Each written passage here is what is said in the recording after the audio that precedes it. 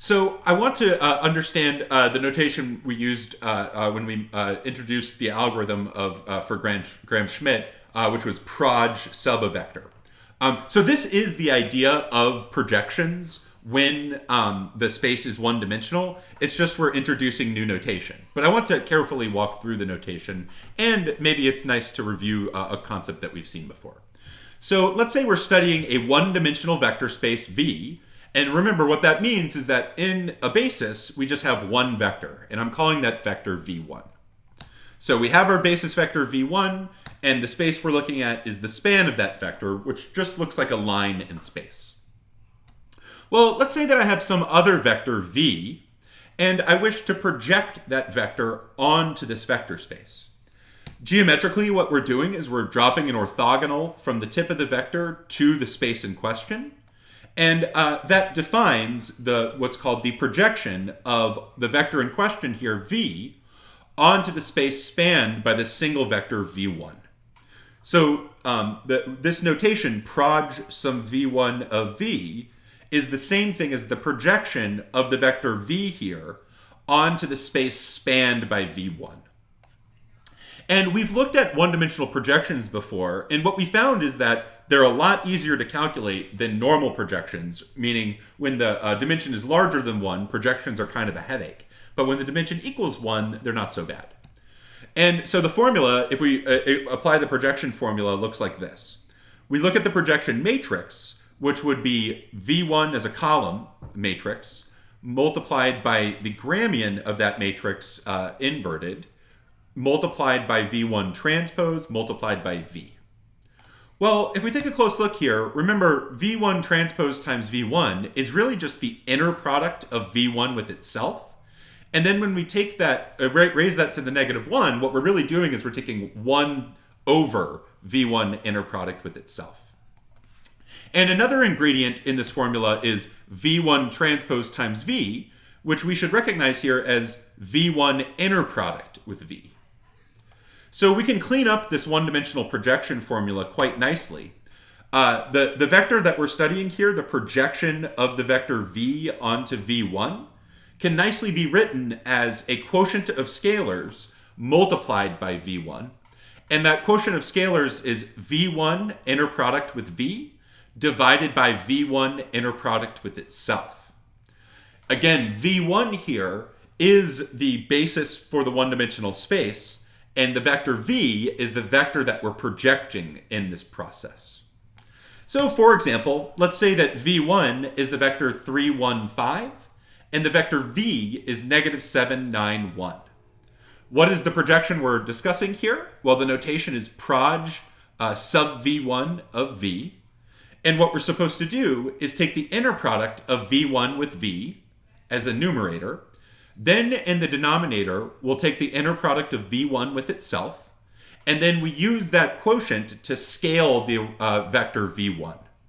So here we have v1 inner product with v divided by v1 inner product with itself, and then we will multiply by v1 itself, 3, 1, 5.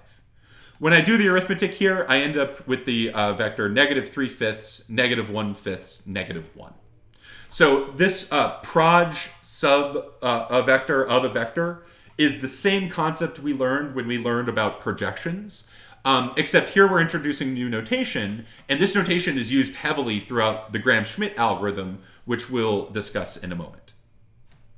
Now, just because this is a related concept that people sometimes care about, this is the concept of a one-dimensional vector projection is intimately connected with this notion of a vector component. This is not something that pops up in the Gram-Schmidt algorithm. Nonetheless, I think it's interesting, so I'd like to mention it. The component of a vector v in the direction of another vector v1 is defined notationally as comp sub v1 of v. And this is equal to a scalar, and this is a quotient of scalars, where the numerator is the inner product of v1 with the vector v, and the denominator is the length of v1.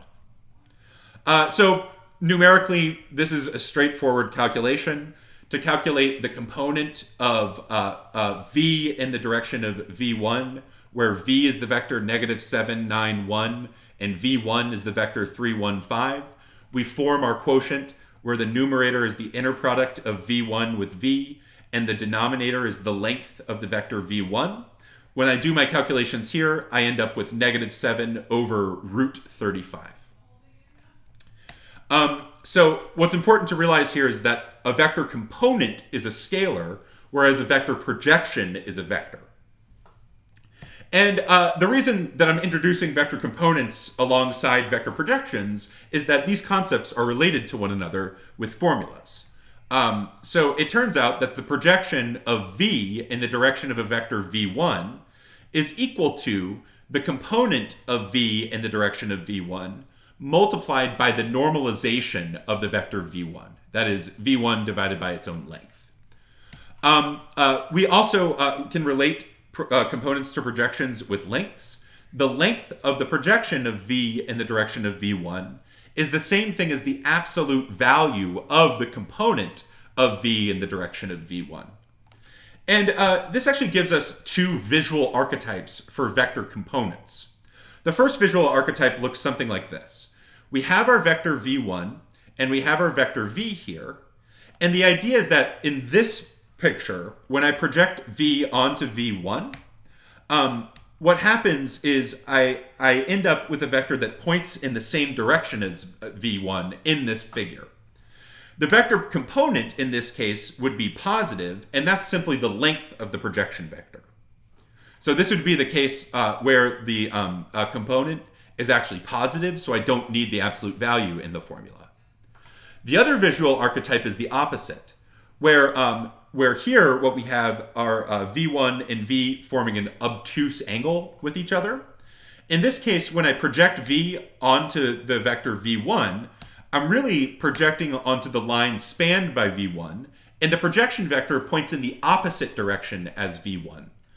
In this case, the scalar component will be a negative number, and that's the case where I need the absolute value part in the formula for the length of the projection vector. So we have these nice visual archetypes.